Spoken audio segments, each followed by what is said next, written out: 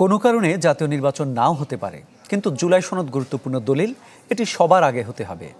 Commonwealth প্রতিনিধি দলের সাথে বৈঠক শেষে এসব বলেছেন জামায়াতের নায়েবে আমির ডাক্তার সৈয়দ আব্দুল্লাহ মোহাম্মদ তাহের। এদিকে জুলাই সনদ বাস্তবায়ন সহ 5 দাবিতে নতুন কর্মসূচি ঘোষণা করেছে 8টি ইসলামী দল।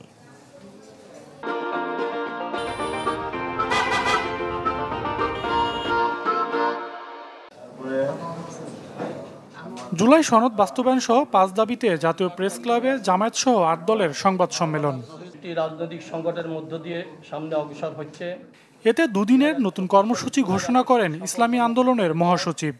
শীর্ষ নেতৃবৃন্দের বৈঠক এবং বৈঠক শেষে সাংবাদিক সম্মেলনের মাধ্যমে বৃহত্তর কর্মসূচি ঘোষণা করবে ইনশাআল্লাহ। প্রশ্নোত্তর পর্বে জামায়াতে ইসলামীর সেক্রেটারি জেনারেল বলেন, গণভোটের তারিখ ঘোষণায় সরকার যত দেরি করবে জাতীয় নির্বাচন তত পিছিয়ে যাওয়ার শঙ্কা তৈরি হবে।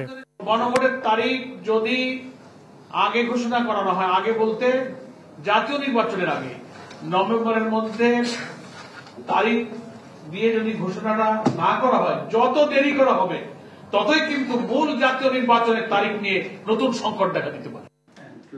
এদিন রাজধানীর মগবাজারে দলের কেন্দ্রীয় কার্যালয়ে কমনওয়েলথ প্রতিনিধি দলের সাথে বৈঠক করেন জামায়াতের নায়েবে আমির। বৈঠক শেষে ডক্টর সৈয়দ আব্দুল্লাহ মোহাম্মদ তাহের বলেন, কোনো কারণে নির্বাচন নাও হতে পারে, কিন্তু সবার আগে জুলাই সনদের বাস্তবায়ন জরুরি। তো জন্মের আগেই নাম রাখা, ছেলে না মেয়ে না জেনে কিছুই না বুঝে, এটা তো একটা উদ্ভট টাইপের কথা হবে।